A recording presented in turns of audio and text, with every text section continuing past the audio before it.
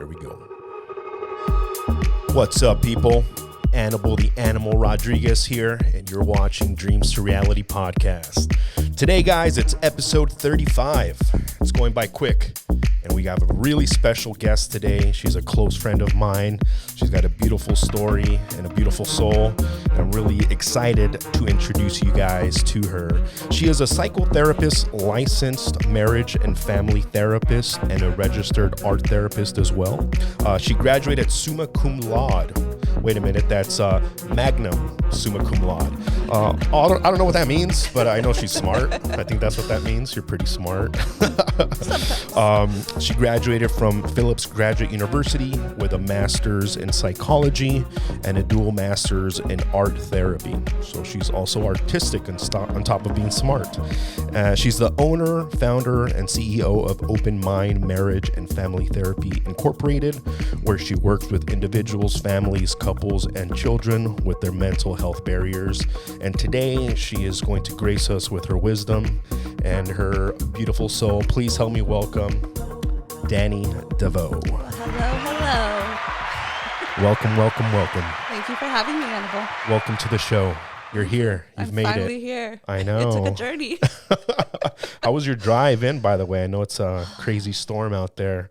You know, it was definitely, I had to be observant on the road. Yeah. And watch for other drivers being unobservant. Yeah. We were supposed to shoot yesterday night, but I was here in the office and then my phone went off with like some crazy flash flood. It says like imminent, don't drive anywhere, you're going to die.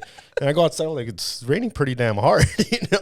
But then later in the evening, it started to die down. I was like, I probably should have shot, but I think everything happens for a reason, you know? I agree. Last thing you want to do is risk it, and then you end up crashing or something. So I'm glad you're here, you're healthy, you're safe, and, you know, you didn't crash or anything. So we're good to go. Fully safe and whole. Yeah. How's your day been going today? It's been pretty busy. I've been working on some CEUs, which are continuing education credits for my license. Yeah. In order to renew it. So it's a process to keep. How often do you have to renew this is for your the marriage and family. Oh, okay. Mm-hmm. How often do you have to renew? Every 2 years. Okay, it's like your real estate license. Pretty much. Any professional license for people that are out there that want to become a licensed professional, you have to renew, which means you have to continue learning your skill and your craft because it's always evolving. There's always new things that you can learn and apply in your business and in your life. And take that for everything you do. I don't care what you're at. If you're not evolving, if you're not growing, if you're not learning, you're going backwards. Well, what's the point, right? Yeah.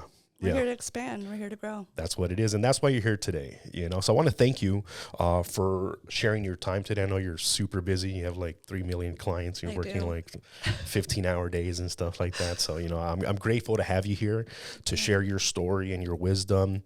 And I didn't meet you too long ago. How long has it been since I met you? 7 months. It's been 7 months already? Wow. Yeah. It seems like it was like yesterday. I know.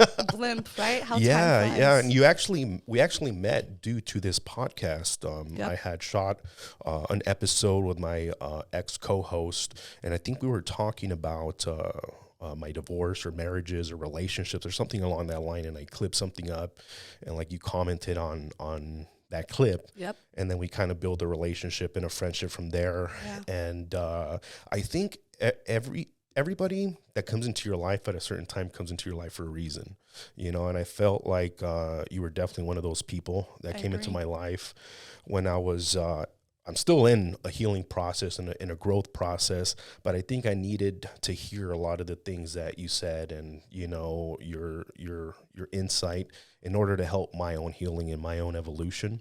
And it's because of you that I started seeing a therapist. You know, in my whole life, 35 years old, I had never talked to a therapist before, you know, being from a Mexican family and being a guy, being a macho man with, I got a little bit of muscles too, you know, just a little, you know, it's like, it's frowned upon or it looks like you're weak, to talk to a therapist or anybody about your emotions and your thought process.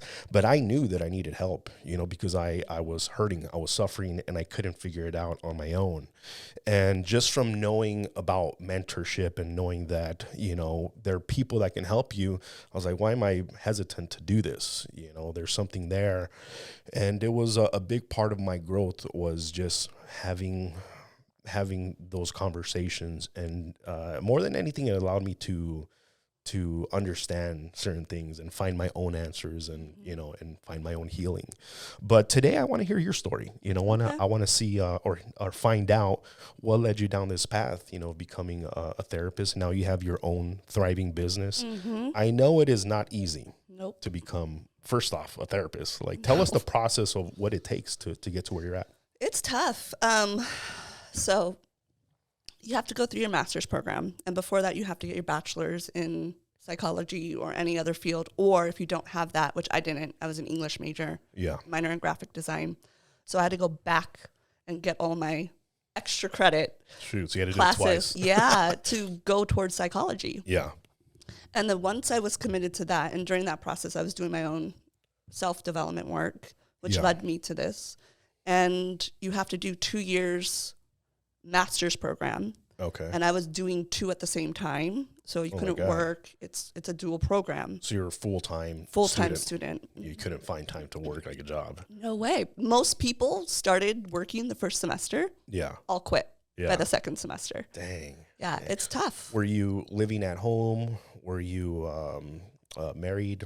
Someone else was helping you support? How were you sustaining your life at the time? Yeah, so student loans. Okay.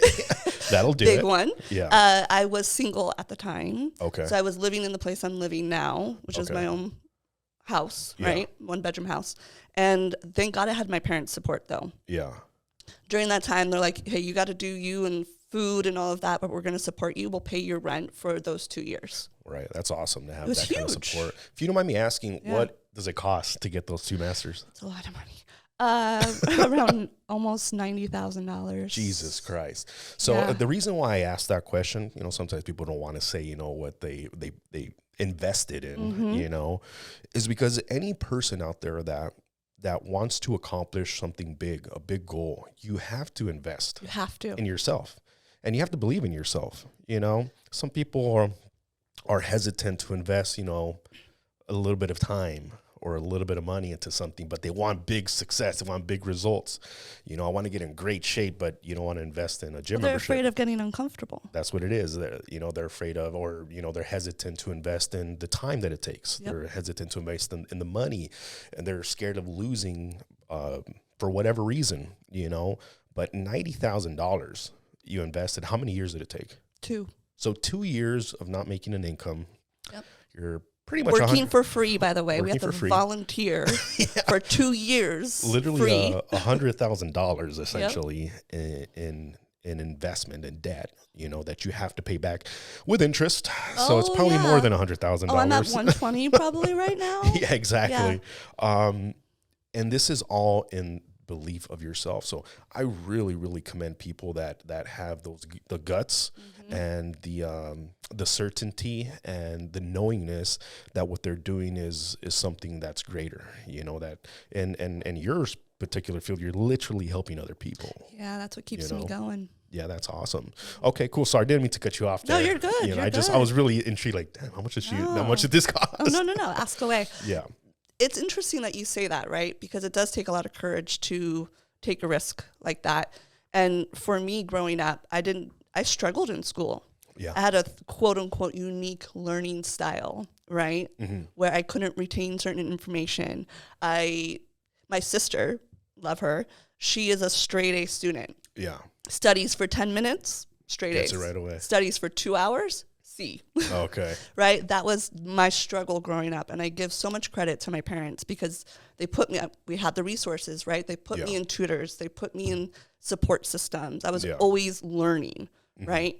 And so I hated school. Yeah. It was the contention of not being enough. Yeah.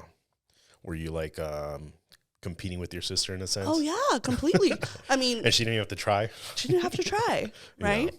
And hold on, what was the issue? Were you dyslexic or something? Yeah, so I have a little dyslexia. I get my B's and my D's still to this day. I'm like dog and bat, right? Yeah. I have to like do that whole process. Yeah. But they could never really figure it out. So I got tested and everything. Yeah. And they're like, we can't really pinpoint what she has. Yeah. I do have ADD. Okay. And they were like, but she has but she's gifted in emotional intelligence. Okay. So my English, my math, my science were below average, but my emotional EQ was above, really high. right? Yeah.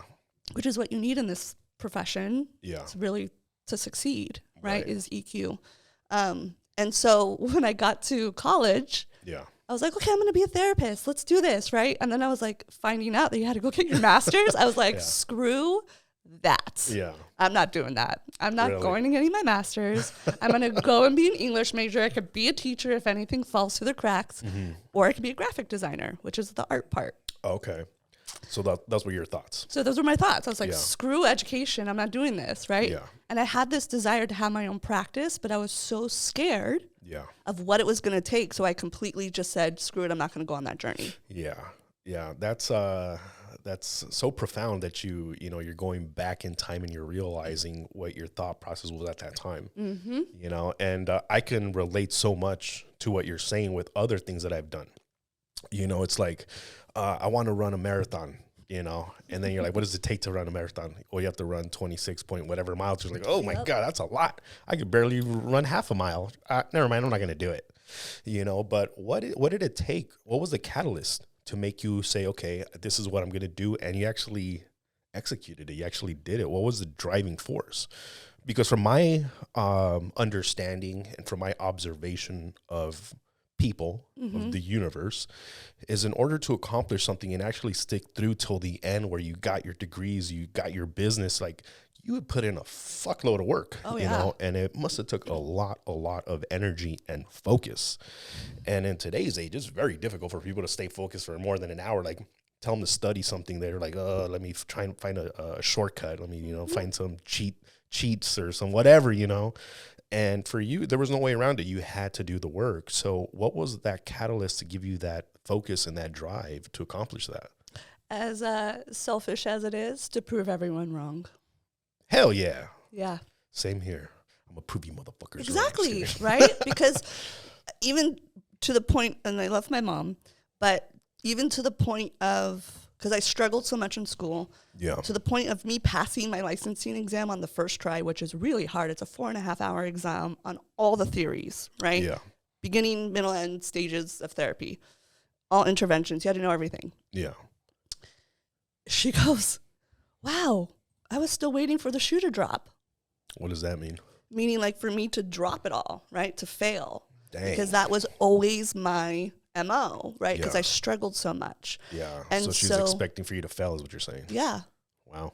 Not expecting it, but just anticipating how to pick up those pieces. And I never dropped the shoe. Yeah. That's great. Because I was always showing up for me. Yeah. And that's where the courage comes, right? To believe in yourself, to push through, regardless of what everyone else is telling you who you are supposed to be. Yeah. You trust who you are. Yeah. So along that path where people are trying to tell you this wasn't for you. Oh, yeah. My mom told me, which I get, because I was always the person who all the friends came to when I was younger.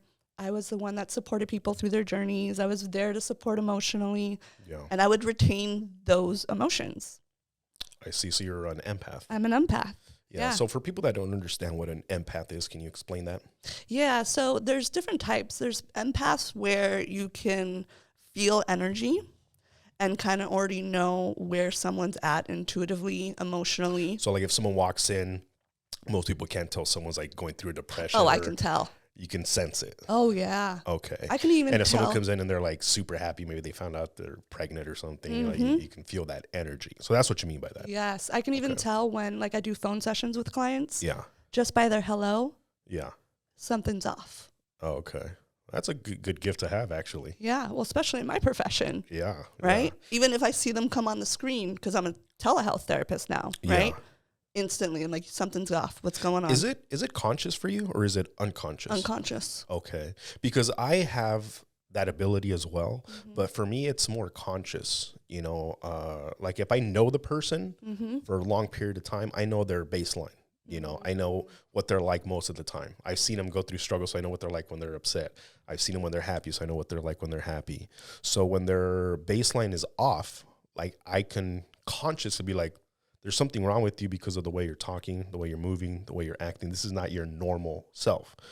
Now, someone that has really, really good skills could do that to strangers. Oh, to yeah. where, like, I don't know what your baseline is. Maybe you're always like this, but there's something going on here based off of your tonality, based off of your eye contact. You know, there's something called NLP, neuro-linguistic programming, which is essentially reading people's body language and mannerisms and knowing how to, you know, maneuver through certain emotions. And it's a really good skill to have in sales, to be honest, when your job is to communicate with people, read people, and then, you know, essentially get them to move in a certain way or to act in a certain way, you know, to close the deal, get the sale. But that's good that in your sense, it's literally a gift because it's unconscious. Yeah, it was kind of like a double-edged sword. Yeah. I Right? agree. Because before all that, I wasn't trained on how to compartmentalize and hold space without holding other people's energy. I see. So I had depression growing up. I see. Right? So you would absorb other people's suffering. Oh, yeah. And my mom could see it. Yeah. And that's what one of her fears was, me becoming a therapist, was how are you going to hold other people's emotions when it's within you? Yeah. It's consuming you, Yeah. which is a valid point. It's true. I mean, I'm not a therapist, but I mean, we're all human and we all have friends and family. And like, let's say my best friend's mom passes away, you know, maybe I don't have that deep of a connection to his mom, you know, like I'm not gonna like be completely distraught over that particular person passing away. But because I'm my friend, I can see his suffering, his pain, it's affecting me. So when he cries, I cry. That's empathy. Yeah, you know, and that's the thing about, you know, when you remove humanity from people, you lose empathy. You know, like when you see the TV and you see the news, like, oh, 3,000 people died in this building. Like, I don't know any of them. I don't feel nothing because they're removed. But if you actually humanize them, be like, these are all people that have moms, brothers, cousins, friends, their souls, ambitions, goals, you know, they've hurt just like you and me. Then you connect to that and you have empathy. And then now all of a sudden, like, why am I crying while I'm watching this? You know, why is it affecting me? And then the opposite works too. You know, when a friend has a baby, like, it's not my baby, but I'm happy you had a baby. You know, they get a little dog, you know, like I'm happy for them.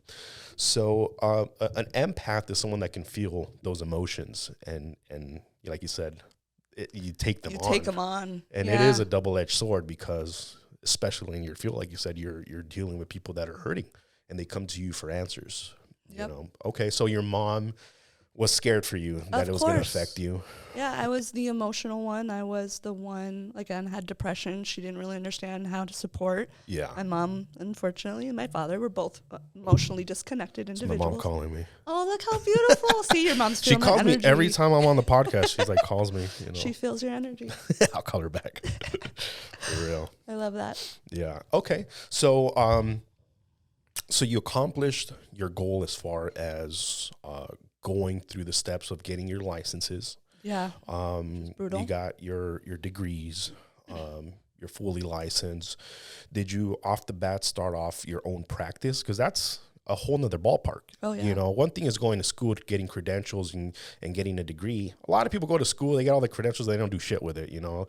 Like I have a degree in archaeology or some shit. And like, what do you do now? Like I work at Staples, you know, or whatever, you know, but you actually made it into a business. So you went into the what I like to call the muddy waters of entrepreneurship. Yes. Because there's a whole nother ball of lessons in that, you know. So you actually started your own practice. Yep. You know, tell us a little bit about that story. Yeah. Okay. So to become a licensed therapist, you have to finish your master's program. And then in between that, before you graduate, you have to do a certain amount of clinical hours before you can even get your master's. Okay. And then within that, you have to do 3,000 clinical face-to-face hours before you can sit for the licensing exam. Jesus. Yeah. And then on top of being an art therapist, I had 1,500 extra hours I had to complete to get licensed in that field. Dang. Yep. And this is all, a lot of it is pro bono, right? Yeah. Or you have to pay for supervision. So it's expensive throughout. Yeah. But during that time, I worked in South LA. I was there for 4 years. I worked with the community, built my hours pretty quickly. Yeah. So I got licensed within 3 years. Oh, wow. Right? So I was working my booty off. Yeah. Pretty much 7 days a week, just doing it, right? Burnt out. And I hated my county job because of the expectations that they had on the therapist. They didn't care about the client. They didn't care about the therapist. They cared about the money. Yeah. And so that was really frustrating for me. And then I left that place, which was terrifying, right? If we go into fear and we're leaving something that's comfortable, right? And going into the unknown, that's terrifying. Yeah. For anybody, right? But I leaped and I went into private practice with another agency. And it was the best decision I ever made. I was happier. I was not as stressed. Yeah. And I was making more money. Well, that's always a plus. Right? Yeah. And then I did that for like 2 years, working for different agencies and private practice. And then I was tired of giving my money away. Okay. So at that point, it was like, I like this better than working for the county, yes, for the government. For the government. Mm-hmm. You know, you went into a private practice. Yep. And then you realized that they were keeping all the money. Yes. And they were doing some unethical things. Again, I'm a very ethical, I have high integrity. Yeah. I'm a very ethical therapist. Yeah. And both county and this last private practice were doing certain things that I wasn't aligned with. Yeah. Right? And so that was also my propel into saying, you know what, I'm going to leap into my full business. Screw this. Yeah. And I'm going to do the ethical decision, right? So the private practice that I was in wanted me to release certain clients because it was on Medi-Cal. Mm-hmm. And in order to give me my pay rate that I deserve, I had to get rid of 20-something clients. Wow. I've been seeing these clients for 2+ years. Yeah. Just to get rid of them in 2 weeks was just not okay with me. Yeah. So I invited them into my company.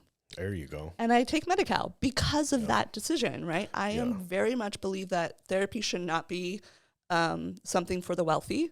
Yeah. It should be accessible to all populations. Yeah. Yeah, that was something that I had a lot of trouble with when I was trying to find a therapist. You know, I have my insurance and, you know, I called. Actually, before I even met you, I had tried to find a therapist. And I was like right at, I guess it was towards the end of the pandemic. And I reached out to my insurance company and I told them, you know, I'm suffering. I'm having like constant panic attacks, like multiple panic attacks a day. You know, I have severe depression. Like I can't sleep. Yeah. My body's twitching. Like I'm having severe anxiety nonstop. Like I'm in a really, really bad place. Yeah. And they're like, okay, here's a list of all the therapists and psychiatrists and psychologists. And it was like a big old book that they emailed me. Yep. And I call them and see who's available. And I was like, okay. And I called like 40 different numbers. And almost all of them said, we don't take anybody right now. We're fully booked, or we don't take your insurance. I'm like, my insurance company gave me the list. They're like, we don't take them anymore. Or like, you know, sorry, we don't do that. And I gave up. I was like, whatever, I'm just going to deal with it on my own again. And I think I went like another 6 months or so before I met you. And then I tried again. And again, I had some more trouble until you actually helped me out. You're like, here, call this person, call that person. I was finally able to get someone to listen to me, you know. And luckily at that point I had seen a psychologist, psychiatrist, sorry. But he just prescribed medication. That's all he did. He didn't really help me with that's what they do. With maneuvering anything. It was just mostly like, okay, this is going to help your panic attacks go away and your depression go away. And it did. You know, I can't say it didn't. The medication that they provided for me completely took away all my panic attacks, my anxiety, and my depression. But I was still in a dark place, you know. So the therapy was able to help me understand a lot of the things that I went through and what it was, and find the root cause. And it came down to me. The root cause was me, you know. So I had to fix a couple of different things that I wasn't happy with in order to find purpose, passion, and fulfillment and healing for myself, you know. So for that, I thank you as well, you know. Yeah. So that's great that, you know, you left the place that was not in alignment with what you are about, you know, and that's perfectly fine to do. Yes. You know, I've been in business with people, and then at one point I realized, like, okay, this, it went its own ways, but it was for a reason. Yeah. I'm grateful that it didn't, because if we would have kept on going down this track, eventually it would have exploded. If you were still working for that company, it probably would have ended worse, you know, but luckily you said, this is not what I'm about, and I'm going to step off on my own and start my own practice. So how long has it been since you started your own business? So exactly a year. Oh, wow. Congratulations. Yeah, thank you. How has it been? It's been tough. It's been great in the sense of financially, right? But I'm my own entity. I am the one that is leading my own practice, right? I'm the one that's billing. I'm the one that's doing all the notes. I'm the one that's doing all the scheduling. So for me, it's been a lot of pressure. It's been a lot of learning curves, to say the least. But I am very proud and happy that I was able to take that leap and trust myself in taking that leap, you know? And I think that when you come full circle back to that day in college where I was like, screw this, I'm not going to get my own practice, it led me to a whole, 360, right back to where I was supposed to be. Yeah. And I'm very proud of myself for being, again, in this place, because it does take a lot of courage. How much money are you making now? How much more money? Well, just in the first year, I mean, I'll be transparent, just in my first year, I have over 120. And 120 what? 1,000. And that's not even at my full rate and full client hours that I'm at now. Yeah. So compared to when you were working for the... I've doubled my income. There you go. Risk and reward. Yeah. And it's crazy because the mindset from an employee to a business owner, it has to be very, very different. And you have to be a different person when you're thinking as a business entity compared to thinking as an employee. There's so many things that as an employee you don't have to worry about. Yep. You don't have to worry about insurances, taking time off or vacation requests. Yeah, stuff like that, like it's you're the one that's in charge of everything. You can at one point, as your business grows, delegate and hire other people to support your vision and your passion. But in the beginning, especially, it's mostly just you doing everything, and trying to figure it out as you're going along. Luckily you're, I feel, in a field that there's a lot of need. Oh yeah, I will never be out of a job. That's the word I was looking for, demand. Yeah. Like I'm telling you, I was going through that list of therapists, and like 90% of them were booked completely. Yeah. What do you think it is that's causing so many people to? I think there's the I'm wearing this End Overdose shirt, which is a nonprofit that's focused on ending overdose due to opioid related causes, fentanyl and all of that. I think there's an epidemic of mental health. 100%. That is not really being addressed or talked to much about. Every single person that's in my life, from I think it started like right around the pandemic time, has dealt with some type of mental health issue. It was a really, really hard, trying time for everybody. And I think we're still not completely healed. We're still recovering from it. Businesses suffered, relationships suffered. It caused a lot of the things that people were kind of hiding. It brought it to the light. Exactly. It was like, okay, before you're too busy working, you're too busy doing this, doing that. You have all these goals and ambitions for you. And then the world shut down and said, go home, stay locked in. We're all dying. There's this crazy disease. And in that time, people, I felt like they were just left to their own devices, and what do they say? The idle mind is the devil's playground. Yep. So I think in that time, a lot of people realized like, dang, I'm not happy about this, not happy about that. And just being locked up and being away from people, it caused a lot of mental health issues, and it seems like it's worse than ever, like especially like for homelessness and all of that. Like, man, I will not go to downtown LA. I don't want to get stabbed. Yeah. There's a bunch of people they don't care. They're crazy as hell. And like, what do you think it is? So there's a lot, right? I think in this generation, we are becoming more accepting of mental health, where I feel like before, everyone would be like, go to the doctor, figure out what's going on with your body. And no one would go and say, hey, figure out what's going on with your mind. Let's figure that out. Let me just give you a pill. Yeah. Fix it. Yeah. Right. And I love how you said, even though I took medication, at the root of it, there was still the darkness. There was still the pain. And that's important to talk about, because not everything is just going to fix it. A pill is not going to fix it, right? And I think that there's been this conditioning, especially from the generation before, right? It was very taboo to go to therapy. Yeah. Now our generation's becoming more accepting, and we're communicating about it more. And there is a lot of more tolerance, right? Around, hey, I'm going through depression. Yeah. And there's like not as much judgment anymore around that. People can start openly talking about their own barriers. Yeah. And I think now, like you said, everything's coming to light, and COVID was a catalyst of that. And we are going to be receiving all of that for the next couple of years. Yeah.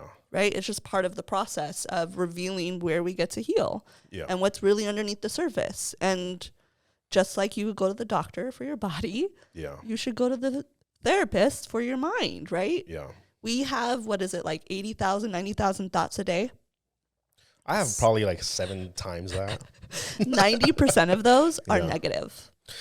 Yeah, I believe that. Most people have negative thoughts, especially myself. Like, I have to be consciously aware of my thoughts, because if I am not, they always go to the negative. And I have to redirect them back to the positive. And I find myself doing that all the time, and it's a battle. It is. I call it the battle between good and bad. The devil and God, up and down. Ego. Yeah, the ego, exactly. It's like, you have to redirect your mind. Boom, let's focus on the positive. Boom, let's focus on the goal. And even in like racing, they tell you, like, if you're crashing, don't focus on the wall, focus on where you want to go. And your body will, redirect you that way. Because if you focus on the negative, you're going to go to the negative. And what do they call that? I can't think of the word, but essentially what you focus on is what you will get. Yes, right? It's the energy that you're creating within that space. Yeah. It's source. Yeah. Right? And I think that's where the importance of mental health has to come in for the soul healing, right? Because like you said, your body automatically will go. Consciousness is so important. Yeah. Right? Because we are operating unconsciously. If we're having 90% of those thoughts negative, and we're operating unconsciously in those 90% of thoughts, that is your daily functioning. Yeah. The work is understanding when those thoughts come and going from emotion to logic. Yeah. What is my emotion trying to tell me? Don't invalidate it. Acknowledge it. Make it valid, right? I understand that I'm feeling scared about doing this podcast, right? But that's an ego fear. The logic is you're not going to die. You're good, right? Like your soul's going to grow from something scary. Yeah. But that's where the challenging comes in within the expansion of who you are. Yeah. And that's the hard part. Yeah. The hardest part I think for myself anyways, it's that process of understanding, like, hey, you are not your feelings. You are not your emotions. Yes. Your feelings, your emotions, they're just a chemical that is being released in your body, and it's causing a certain effect on your body. Exactly. It's a certain chemical that's released. If you're happy, it's a chemical. If you're sad, it's a chemical. If you're excited, it's a chemical. If you're scared, it's a chemical. But you still have control over that. I think once you get into like the point where you have mastered yourself, you can literally control your own emotions. Yes. Like before we got started, that's what I was trying to do. I told you, give me a second, I'm gonna get in state. So you could have been like 0 sleep for the past 3 days. I'm exhausted, I'm tired, but I'm gonna train my mind and my body to get into a certain energy level for this conversation. If I'm gonna do a sell, I'm getting a certain thought process to get into the cells. If I'm about to go to the gym, I'm gonna get into a certain state of mind to make my body get excited and pumped up, get my muscles working and my blood flow going. And that's how I've been able to push through a lot of the fears that I've had. Like I didn't see myself 10 years from now speaking so comfortably on a microphone. You know, people tell me all the time, like, oh man, you're really good at talking on the microphone and this and that. Like, you have a good voice and you like what you say. Mr. Suave. Yeah, I'm like, well, I wasn't born like that. You know, Nope. it took a lot of time of really understanding myself and trusting myself and just, you know, finally just doing it, you know. So I think that's what most people have to do. They have to get to the point where they don't let their emotions, whether it's fear, anxiety, you know, whatever it is, stop them from accomplishing what they want to do, you know. And I always say this all the time: first, find out what you want to do, make a decision, and then execute it. Create a plan and then do it. I think a lot of the reasons why people are scared to invest in themselves and invest in an idea or invest in a business or invest in whatever it is one, because they haven't really sat down and thought through what it is that they want, you know. So it seems like a gamble. It doesn't seem like an investment. It seems like a gamble. Well, there's fear. Yeah, that's what I'm saying. Yeah. And like if I had $1 million, right? And I just got this $1 million, and they're like, hey, if you put it here, I'll make you, you know, $2 million. And I know nothing about what this is, you know, it's a gamble. So, okay, I can lose $1 million, or you can be like, damn, but I could make another $1 million. That's $2 million. That's a gamble. Yep. But if you have $1 million here, and then you create a business plan, and you know that if you execute X, Y, and Z, then the probability of getting X, Y, and Z is this much, then you're making an educated risk, and you feel more confident, more competent, more comfortable in your investment. That's an investment. That's not a fucking gamble. So most people are out there just gambling their fucking life away. They're gambling their time. They're gambling their money. They're gambling their health. They're gambling that maybe I'm going to get this. Maybe I'm going to get that. Maybe I'm going to become a therapist. Maybe I'm going to become a whatever. Maybe I'm hoping this happens. I'm hoping that happens. Fuck your hoping. Fuck your maybes. You have to plan it and make an educated risk, you know, an investment. And guess what? You're probably still going to lose. 100%. You probably still will, but you're going to also, guess what? Learn. About yourself. Not only yourself, you're going to learn patterns. You're going to learn statistics. You're going to learn so many valuable lessons like, oh, I see what went wrong here. You're going to learn about trends. You're going to learn about human behavior. You're going to learn about communication. You know, you're going to learn about a lot of different things that, guess what? For the next thing that you do, those little probabilities I calculated, they're higher now. My closing rate when I first started in sales was shit. I see 10 people, I close one of them. Today, you put 10 people in front of me, I'm closing 9 of those motherfuckers, you know? Yep, because it's also a different confidence that you're stepping into. And also you learned certain skill sets. Exactly. To get you to be able to accomplish those 9 out of 10. Yeah, exactly. And every step that you take, guess what shows up? Yep. Fear's always there. Always. Every step. Mr. Resistance shows his ugly face. Oh, yeah. Here comes the devil. But guess what? You know, light always beats darkness. You know, this room's dark, but when that light came on, everything shined on. It lit up. You know, it lit up. So you have to go into these things that you're planning for your life with that right mindset, with that positivity, with that light. Because if you go into anything with darkness, with the bad energy, then it's going to create havoc. See, I'm going to kind of disagree with you on that. Go ahead. Because I feel like that is part of the existence of the fear, right? Of just owning the darkness. I see. We have to live in the existence of both, the duality of the light and the dark. What I like to call, especially with my clients, have black and white thinking, that all or nothing mentality. Yeah. Be in the gray. What does the gray look like? Yeah. And that's acknowledging the darkness, the pain, the suffering, the experience that the fear is bringing up. Yeah. But choosing the light anyways. But if we try to hide away from the darkness gets louder and it gets scarier. Yeah. So the both and can both exist in that space. Yeah. And I think there's a component too, which I like to use, is vision plus an action equals a result. Yeah. You have to have a vision of whatever you want to do, right? Okay, so I want to get 10 more clients in the next 3 months. Okay, what's the action plan in order for do that? You might not get to that full probability that you want, but you'll make movement. Yeah, I agree. Yeah, and I know what you're saying about, the gray area. Yep. Yeah, and using the darkness. And I understand that concept it's very, very close to me. I know, yeah. Because I use that.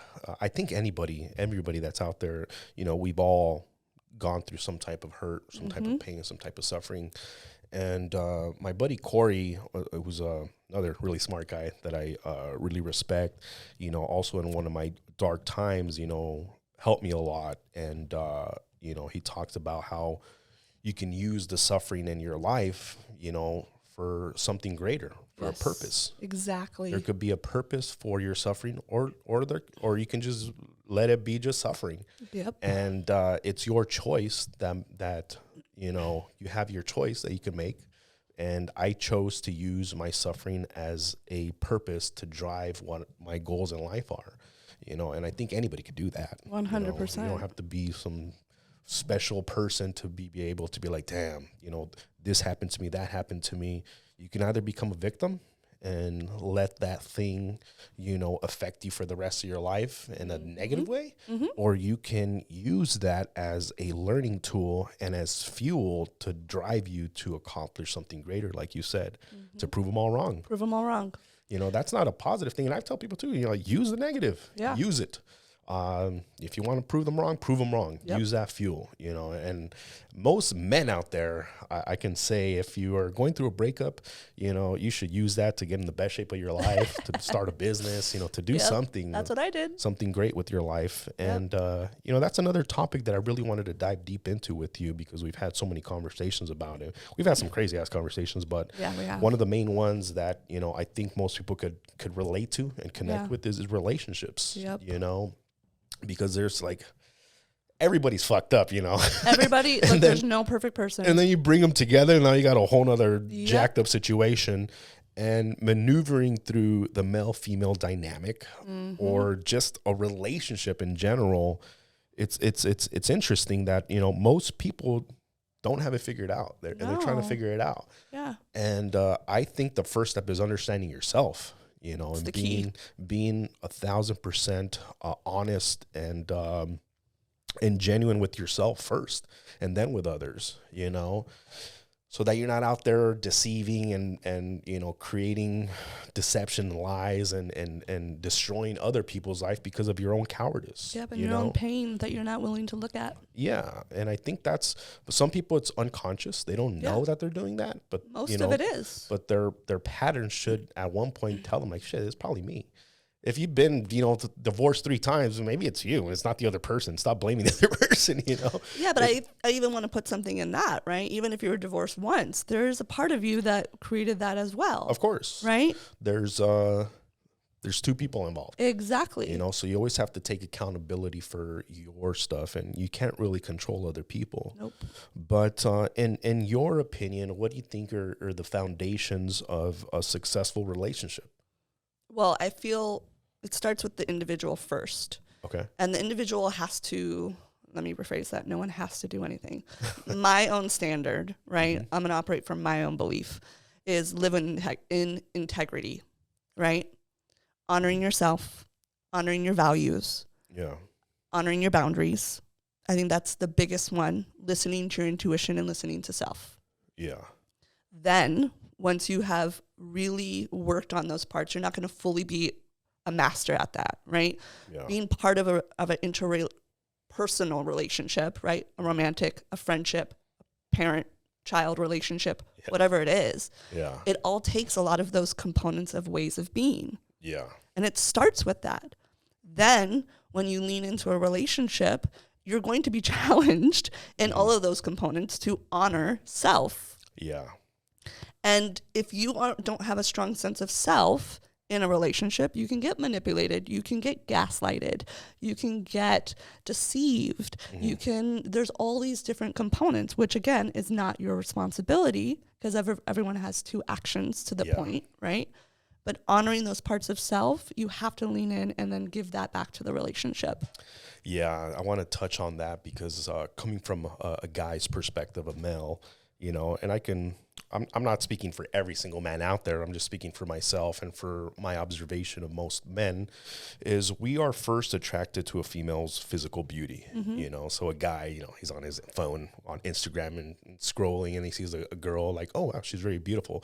Goes on her page like, oh, man, she's hot. And then starts liking some of their pictures. And like guys are very visual and we can within 3 seconds, he's already imagined himself marrying this woman and having kids with her and she loves him and, you know, they're making love and having all these great times in his head, you know, in his head, he's imagining this shit. And he's like, oh, I'm going to message her and she's going to just fall in love with me, you know? And most guys, you know, in the beginning, when they're not honoring themselves, they will do whatever it takes to get this person's attention. You know, they might not openly lie, but they might omit certain things, you know, or they might act more grandiose than they really are. Let's say they get a date with this person, you know, they act on their best behavior, you know, always around that person, you know, when they're normally not like that in their day-to-day life. And it's okay to show your best self. I'm not saying that's a bad thing, but I'm saying that if you gets to the point where like, man, I will do anything for this girl because she's so hot. She's so beautiful. I just want her. And then she does something that is against your moral code. Like you see her fucking, you know, talk shit to the waiter and you're like, she's just openly rude to everybody. You know, she's lying to other people in front of you and, you know, she's doing this and she's doing things that are like, this is not right. Not in alignment. Yeah. But you allow it because you just want to be with her. You know, you're not being genuine to yourself and you're not being genuine to that person. And you're not like looking at all the flags and you're like, you just want to be with that person, you know, so you're almost lying to yourself. Oh, yeah. You're deceiving your own intuition. Yeah. And you're lying to that person because they don't even know who you are. Yeah. So that's why I say, you know, you have to be genuine and honest with yourself and the other person, no matter what it is. Which is scary. Yeah, it is. It's very scary. And even some people, like if you're, I can't believe it, but even to this day, there are people that are like in the closet and shit, you know, because because there's a fear. There's a fear, and then they get in relationships, and then they end up like cheating on their spouse with like an opposite, and then that even hurts even more to the person, you know.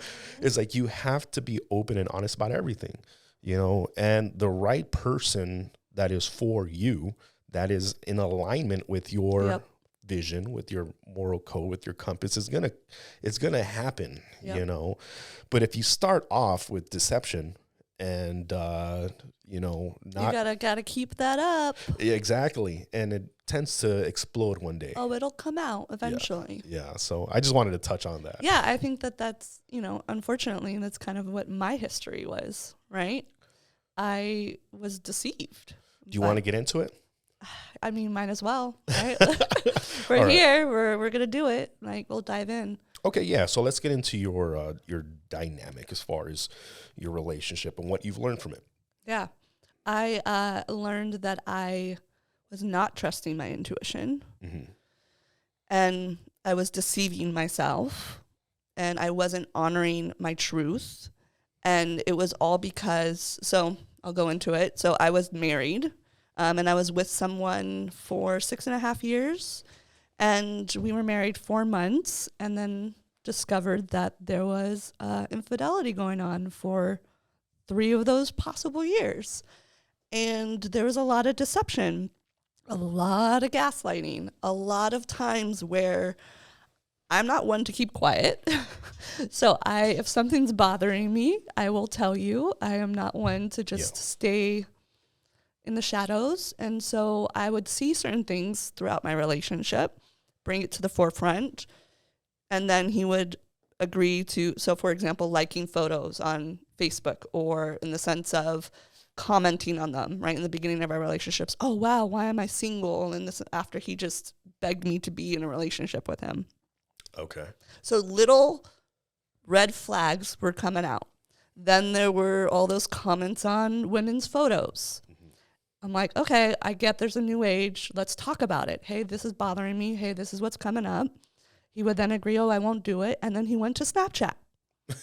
So it was like constant, like every time I caught something, he went to another level. You said a word, you said gaslighting. Yeah. For those that don't know what that word is, can you explain what gaslighting is? Yeah, so it's when someone is intentionally manipulating you in the way of saying, hey, Annabelle, your shirt is black. You're like, no, it's not. It's green. And you're convincing me that it's green. And I'm like, oh, okay, well, I guess in your eyes it's green. I guess it's green. Yeah. When the reality is it's black. Yeah. Now, that's such a small, right, like gaslighting. Yeah. It's when someone the information is blatant in your face. Yeah. And they create a story to manipulate that view of that information. Yeah. And then tell you that you're wrong, pretty much, and that your intuition isn't right. Yeah. And that you have to believe what they're saying. Yeah. That's gaslighting. Yeah, it's emotional abuse. Yeah, it's a very abusive, manipulative way of deception, lying, and just making a person go crazy almost. Yeah. Like if you gaslight someone so much where they're doubting their own reality, it's very, very evil thing to do to people. So because I'm an empath and I could feel things throughout my entire relationship, I would say I feel like someone else's energy is in our space. Yeah. And I would look him in the eye and he'd be like, no, I don't know what you're talking about. There's no one. And I brought that up at least 5 times in our entire relationship. Yeah. To the point where my friends were like, he's such a good guy. Like, why are you in this space? You're insecure. Yeah. And I'm like, no, something's off. I've never been insecure in any of my relationships. I'm not a jealous person. That's just not who I am. Yeah. That was off for me, and I wasn't honoring my intuition. Yeah. And then come to find out, he's a sex addict. Okay. So all of this deception was happening, all this gaslighting was happening for years in my relationship. I see. And my master skill as my profession is my intuition. Yeah. And I was constantly being deceived. So were you questioning your own? Oh yeah, 100%. Every single time. Yeah. All the time. All the time. How did it come to light? To light. And how did you respond to it or react if you reacted? And what was the outcome and the lesson learned in that story? And I do want you to touch as well after you share that on, because you mentioned sex addict. I do want to touch on that as well. But first, I want to hear how it came to light and how you dealt with it. Yeah. So we were together for 6.5 years total. We were married for 4 months. Oh, so it was short marriage. Oh, yeah. Very short marriage. Yeah. It was a night. So I'm a therapist. So I had a lot of clients who were dealing with infidelity. Yeah. And helping them navigate that and going through that and just holding space for them. And my ex at the time was doing a date night at our house. And we had a fire pit in the backyard and he put music on. He made dinner. His love language was acts of service. Yeah. So he was always doing, right? And it was like such a great moment. And I was sitting in the backyard and just such gratitude. I was like, thank you, Lord. Thank you, guardian angels. Thank you, spirit guides, for bringing me such an amazing, integrous man into my life. Yeah. Where I'm not having to worry about infidelity and cheating. Yeah. And it was this deep gratitude that I had felt. It was like one of the most purest, happiest moments I was feeling, right? I love baths. And he ran me a bath. And I was like, okay, he's being a little extra today, but okay, like, I'm just going to take it. I'm going to receive, right? Yeah. Let the feminine receive. Yeah. And I made a comment. He had like a little cold sore on his lip. Yeah. And I made a comment. I was like, oh, look at you might have herpes. And he like reacted in a way that was so defensive that I was like, whoa, spidey sense went off. Yeah. And again, this is a man who his phone was never had a passcode. Yeah. Always unlocked. I had gone through his phone before, found nothing for a while. And I was in the bathtub. And I like the bath, so I could stay in there for hours. That's like my comfort zone. Yeah. And downloads came. And what I mean like downloads, I'm very spiritual. And I am very powerful. I believe in that spiritual realm and energy-wise. And literally a download was like, go check his search engine. Get out, go check his search engine. Yeah. Never, have I ever thought to check his search engine out of the 6.5 years of our relationship. And I was in the happiest place of my spot. So that was not even in my mindset. Yeah. 5 minutes, it got again. I was like, no, I'm going to ignore it. Louder, that voice came into my head. Yeah. Got up, got out. He was passed out drunk on the bed. Yeah. His phone was in the kitchen. Went to his search history, and they were escort sites. Oh, okay. Oh my God. He was part of like an escort process, and he had reviews. Oh my God. Reviews? Oh yeah, reviews. They would review him. He would review them. They reviewed him. He had like an account. Oh, it's an account. Damn. He was going like, back to almost 2017. He was like the platinum member and shit. Right? Yeah. 2017. So this was happening almost our entire relationship. Okay. So that's what you mean by sex addict. Yes. And he told me so it all was revealed. He was passed out. I took screenshots on my phone of everything to have it up because he's a gaslighter, manipulator. And even when he's like, no, I have a problem. I'm like, okay. And then 20 minutes later, he's like, no, you're crazy. This didn't happen. Like he was trying to gaslight me. Yeah. And I have evidence. Yeah. It's like right here. So I said, okay, I want you to sober up. You're not leaving tonight. You're going to sleep on the couch. Yeah. But you're out tomorrow. Yeah. And he was out. Wow. And that was hard because he was living a tough life, right? He didn't really have anywhere to go. So he was staying away for a reason. And at one point, he was making, again, another deception. I was being blackmailed. Blackmail. Him. He was being blackmailed. It happened. It's not my account. That was one of them, right? Yeah, like it has pictures of you. Yes. 3 years. He's like 3 years ago. It's not my email. Exactly. Right. I was like, come on. Like, this is ridiculous. It was the one-armed man. Yep. Exactly. And so that was just even frustrating, in that place. And I had so much shame and I had so much guilt. And I was like, I shouldn't. And no one really knows this except my best friend. Yeah. I cried the night before my wedding. Like, I didn't want to go through with it. Really? I was terrified. And I thought, oh, it's just jitters. It's just. You thought it was normal? Yeah. You thought everybody cried before that? Like, I thought it was just like the pre-wedding jitters and whatnot. Like, I was like, I don't think I can do this. I don't want to do this. And she's like, it's okay. It's just the pre-wedding jitters. You're fine. He's a good guy. Like. Yeah. So even that was my intuition. Yeah. The whole time. He is a good guy. Like, I don't think he's a narcissist. He's an addict. He has addiction issues. Yeah. And he is deep down a really sweet man. Everybody loved him. And his family had no idea any of this was happening. Yeah. That's interesting that you say that, because so many people that go through divorces or go through breakups, they're quick to use that word, narcissist. Yeah. And a true narcissist, they're very, very rare. And it's very hard to diagnose. Exactly. I think, there's different levels of it. We all have narcissistic traits. Yeah, there's different traits and we all have certain ones, but to be labeled a narcissist where you have very, very high traits of this antisocial personality disorder is rare. It's not very often. A lot of the times people are just, like you said, had an addiction. Could be an addiction. It could be they're just trying to survive in this world with what they have. Yep. And the thing about a true narcissist is you cannot really change a narcissist. That is just a deep-rooted part of their personality. Mm-hmm. And I just call it evil. You can't really do much with them other than leave. Well, they're very egotistic. It's about them and only them. So there's no healing a narcissist. You can learn to deal with them. Mm-hmm. You can learn how not to be manipulated by them. Yep. You can learn how to, because sometimes you have to deal with them. They're your mom, they're your dad, they're your But that's your where boundaries wife, come your in. Whatever. Yeah.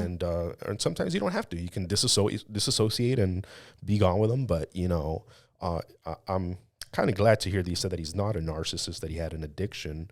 And that probably was easier for you to understand. It was, unfortunately. Yeah. Why do you say unfortunately? So there were he was fighting to be with me. He thought even by marrying me that he was going to be able to stop. Like, there were all these components that he was really trying hard. Can I ask you a question? Of course. Do you think if he was open about it, would you have still married him? No. No? Okay. No, and that he knew that. Oh, okay. Hence why he was trying to get me pregnant in year 1.5. Yeah. He's a Latino male, right? Yeah, we try to get everybody You pregnant. try to get everybody pregnant, right? Like, that's I don't just have no like, kids. right? But it's just like, I'm like, no, you know, I am doing this the right way. Yeah. And I think that comes with this part of him that knew, because I was constantly catching him. And so he was constantly finding better ways to hide it. Yeah. Right? And this was his existence before he even met me, because he made a comment like, oh, he's like, you should have seen my other account.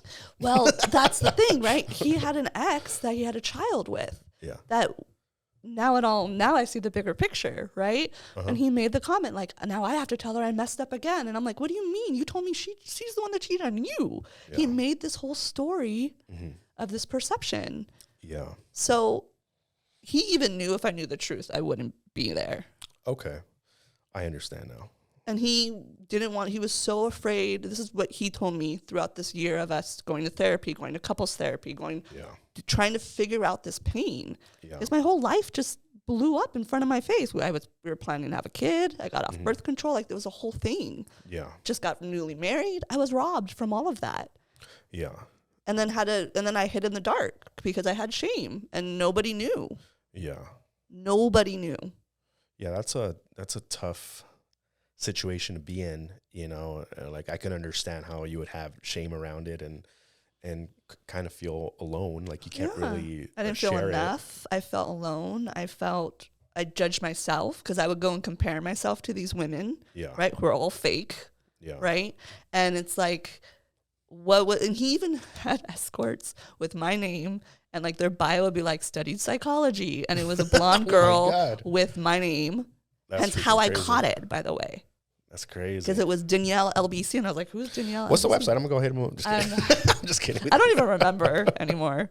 That's funny. Well, not funny, but I'm saying it's funny that there was an escort with your name. That's crazy. Not an actual therapist, but they studied psychology. Yeah.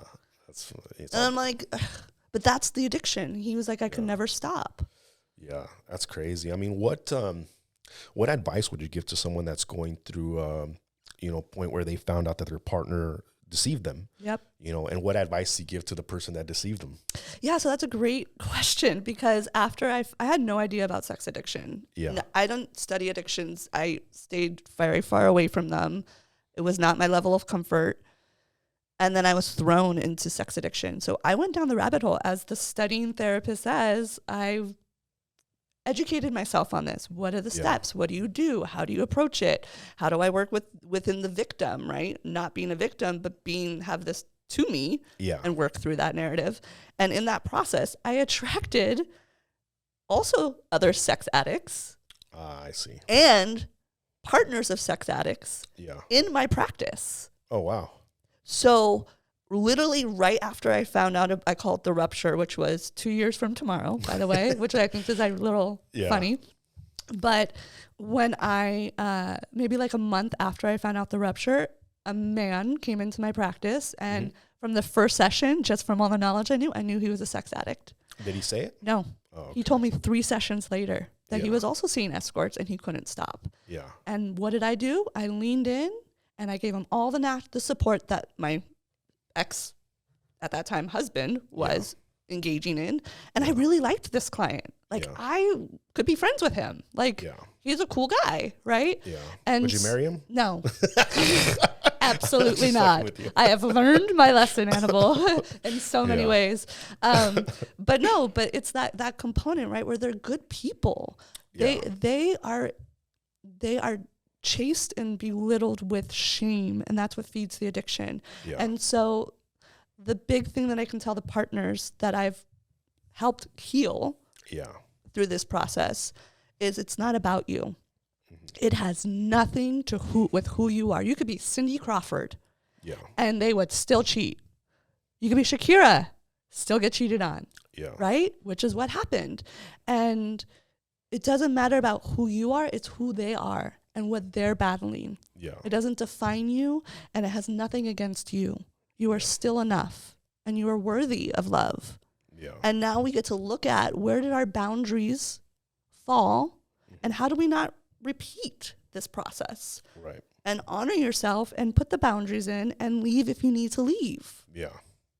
and respect yourself around that, right? But it's a process and it's a journey, and it's not easy. Yeah. But the biggest one is it's not about you. I see. It's not about the partner. Yeah. Because I think, anyone that's been cheated on, the first thing is like, why wasn't I good enough? Why wasn't enough? You know, or what did they have that I don't? Yep. You know, or I think that is like the two questions that people ask themselves when they go through that. And then a lot of times they blame themselves. Like, I'm not pretty enough. I'm not smart enough. I'm not this enough. I'm not that enough. Yep. You know, and it could go both ways. You know, girls cheat on guys too. 100%. And there's sex addicts that are women, by the way. Yeah, we just call them hoes, you know. They're not hoes. Let's use the right terminology. They're sex addicts. They're sex addicts. Most men love sex addicts. So well, until it gets not so healthy. I mean, don't marry one. Yeah. You're revealing a lot, Animal. I'm being facetious. Yeah, okay? I see that. Yeah, I needed to line up the mood because I don't want it to be too you don't want it too weighted. Yeah, like, oh, I got cheated on. It's all right. We all get cheated on, you know? Yeah, but that's part of it, right? It's you, and I think that's the beauty of relationships, right? Yeah. Where you can be with someone for 25 years and it change. And they might not cheat on you, but they can choose to leave. Yeah. And I think that is where it goes back into being in a relationship where you have to be comfortable with being alone. Yeah. Right? It's okay to be alone. Yeah, we want partnership. Yeah, we want relationships. But when they start to become unhealthy, it's okay to walk away. Yeah. Right? Where they don't feel good, it's okay to walk away. But that's why you have to be empowered with who you are. Yeah. No matter what. Yeah. Yeah, I agree. So as far as a healthy relationship, now that you've gone through one that maybe wasn't as healthy, yeah. What are some of the key indicators of, relationship that will work out from the get-go, Because like myself, I've also, recently came out of a divorce. Yeah. I'm not in a position where I'm looking to get in a relationship, but I'm sure at one point I'll be in that position. From your experience and from your knowledge and in your field and in your craft, what are some of the key indicators that you're with the right person for you? Your nervous system. Explain that. So we operate off of so it's kind of going back to what you were talking about, how you have two different individuals bringing their baggage in. Yeah. Right? So we're all going to we call it the imago theory. Imago? Imago theory. Never heard of it. Right? And so the imago theory is Carl Jung created this. Carl Jung. Yep. Yeah. And so the imago theory is what we use in relationship couples therapy, really. Okay. And it's where the limbic system, right, where you hold your fight, flight, freeze, fawn response, right? And fawn, they just added that, by the way. Yeah, I never heard that last Yeah, one, so fawning is like, I'm not doing anything. I'm just freezing, kind of like possum in a way. Oh, okay. Right? Is that the same as freeze? No, freeze. Well, freeze is like, I'm not moving. Fawn is like, okay, you could do whatever you want. Like not having an opinion, not really caring. Just we like. We call that like you're like a leaf in the wind. Yeah. Like you go wherever, right? Yeah, like freeze is like you're stuck there. Exactly. You can't like move. Like if we move you this way, you're going to go that way. You're just going to go like, okay, whatever you want to tell me to do, I'm going to fawn, right? Yeah. So, okay. The imago theory is that part of your limbic system where we operate from our old conditioning, and it's from the fight, flight, freeze conditioning, which is from the caveman era, right? Where it teaches us if we're in danger, right? And that's how we kind of create, and that's when anxiety comes in if it's overstimulated. Yes. And so the imago theory is this theory that our core wounds from our childhood and those needs that we never had met from the childhood, and that could be from any caregiver, from an aunt, an uncle, a parent, a sibling, right? Just not your parents messing you up. It could be other people. Yeah. And certain needs were not being met. You then subconsciously look at a partner and go, you're going to fix those needs. You're going to fix those parts of my childhood wounds. Right? Now I see why I attract narcissists. Yeah. So just look at that, right? Because I'm also an empath. Yep. Well, an empath attract the manipulator, right? That person with strong personality. And so when you look at that, right, and you know, okay, I'm bringing all of this trauma, unmet needs as a child into a relationship. So there's reasons why you have like a GQ model or a really sexy woman, right? And then you have like an average woman. She's pretty, she's average, she's good, cool. But like there's something about her that like is drawing you to her, right? Yeah. And it's because those unmet wounds are subconsciously being fulfilled by something that that person is doing. I see. So when you're in conflict with your partner, Yeah. those wounds get overstimulated or overreacted. I see. Right? Because if it's healing a wound, it's also going to hurt the wound. Yeah. And the pain. Yeah. And so we subconsciously operate from that. And that will never be gone. You can find another partner and heal one wound and then find another wound. And it's just the evolution of relationships because we're all healing through each other. Right. Right? So how you know it's a healthy relationship is someone who, when your nervous system is overstimulated or you're in a fear response, and you can come and say, hey, I'm feeling a little scared about this. This thing triggered me, not you specifically, but this behavior made me feel unsafe. Can we talk about it? And their response is what matters. If they're shaming you like, oh, you're crazy, get over it, like, don't worry about it, your nervous system is not overstimulated. You're not feeling safe. You're not feeling protected versus like, okay, I see what you're saying. I'm going to work on that. But hey, this is my opinion and that wasn't my intention. And that might be something that might interfere with who I am. Yeah. When I was, going through my divorce, I wanted it to work. I wanted to fix it. And I was looking for answers like, what am I doing wrong? Where can I, work on things? So I ended up purchasing this like course on like it's not marriage counseling, but it was along the lines of like teaching you about relationships and how to resolve relationships that are like crumbling, that are like literally at their last straw. Like, so it was a really, really, really in-depth course. It was like $4,000. Wow. And it had so much good information. And the thing that you're talking about, that they talk about it on that course. And the concept that he has is you climb this mountain, and the foundation to all relationships is psychological and emotional safety. Yep. So the problem, just like you're talking about, why relationships break down is because they don't have that foundation. Without that foundation, there is no relationship. So if you go to your partner and you tell them, hey, this thing made me feel unsafe, or it made me sad, or it made me angry, or it made me whatever it is, and your partner's reaction is, they get mad at you, or they yell at you, or they tell you you're crazy, or you're breaking that emotional safety. Yep. Now, when they have those same feelings, they're probably not even going to come to you, because they're scared of how you're going to react. They're going to shut down and pull away. Yeah, exactly. And then you can never resolve that issue, that problem, and then it compiles. Yep. And then you go down this spiral where it's just you repeat those same patterns on multiple things until it, dissolves and it breaks away.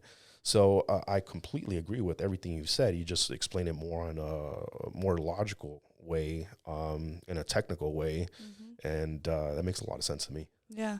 It's but I think that's the thing where, again, therapy comes into being a benefit, right? Where knowing what your triggers are and understanding, oh, this is a trigger, because most people don't know what their triggers are, right? I am very aware of my triggers now, and because of what I've gone through, I had to take that time to really sit with it, right? And reconnect to my intuition, which is the silver lining, right? I would never, even though we talked about this before, you can never go back in time, but I wouldn't change a thing if I could, right? Because I learned so much about myself, and I was able to heal so many different souls just by that experience. Yeah, that's where wisdom comes from. Yep. That's how you become wise, is through experience and through suffering. Yep. Unfortunately, that's the best teacher from my experience. It's the greatest teacher is suffering, because you learn so much about yourself, and like you said, the first step is understanding yourself, like knowing your childhood traumas, knowing what triggers you, knowing what motivates you, what scares you, what excites you, what you want in life. And then now you can go through your life being genuine with others and being open about it, instead of not knowing. Like, if you don't know that you have this,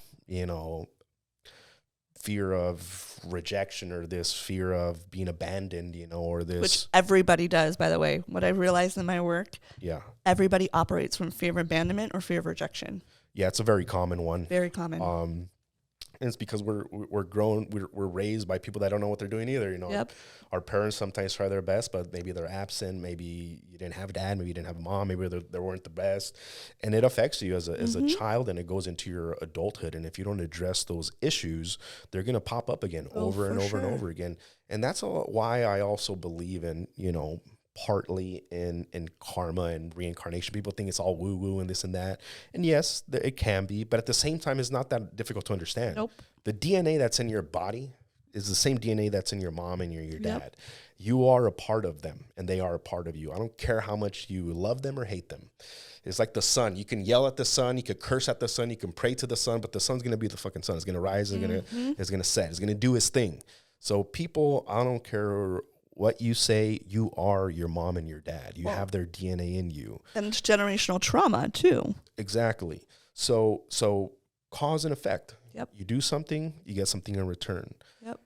It is your own life, but you have a lot of the same mannerisms, the same, you know, a lot of the same things that your parents do. And it's your job to learn the lesson and break those chains. Yep. Because if you don't, you're going to repeat them, and then you're going to give them to your kids and the people in your life, and whatever ideology and everything you have, you can create it. You can recreate yourself for whatever you want. But the first step is understanding where you come from and who you are. You know, you can't change that. You know? And I think that's where the work is, because there's so many people living in such a disassociated way, right? Yeah. Where they're just kind of going, and again, going back to COVID made us check out a little bit about that, right? Because we're realizing, oh my God, all this is coming up. This has been inside of me, but I've been disassociating all this time, and now I can't disassociate. Yeah. I got to do the work. Yeah. Or not. That's up to you. Or, you know, people just use other forms of escape, whether like addictions. You know, they just get drunk to forget about it, or, you know, they do some kind of recreational drug or sex, or we live in the shadows. Yeah, exactly. You know, just to disassociate. Yep. You know, it's another form. But, you know, I really want to thank you for coming on the show today and sharing your story, sharing your insight, your wisdom. I definitely want to have you come back on, because I know we can talk forever about a bunch of different subjects that I find very interesting, and I think that'll help people. You know, but for now, what are your goals for your business for the future, and what are you working on now? Yeah, that's a great question. So I have a big vision, very big vision. My end goal is to have a wellness center. Yeah. And what that consists of is therapy and coaching, and having a spot where I have a garden where people can go and get their hands dirty. I have a yoga studio. I have an art studio because I'm an artist, right? Yeah. And that for me is my healing. Yeah. And I want to kind of have all of these different avenues available to a lot of people, and kind of create that big center to be able to expand and heal others, because I believe if I'm healing others, they're also healing their system. Yeah. Right? And that is my end goal, right? Is to heal as many as I can. And so right now, my next steps is hiring more therapists. Okay. And expanding my business. And, you know, taking one step at a time, right? To build to that end result. Awesome. But I'm just surrendering into the journey. I think that's my key word through this life is surrender, because I try to control, and so much more beauty happens when I'm in surrender. Yeah. So I'm learning that more and more, trusting myself. Yeah. Listening to where I'm guided and when I'm not.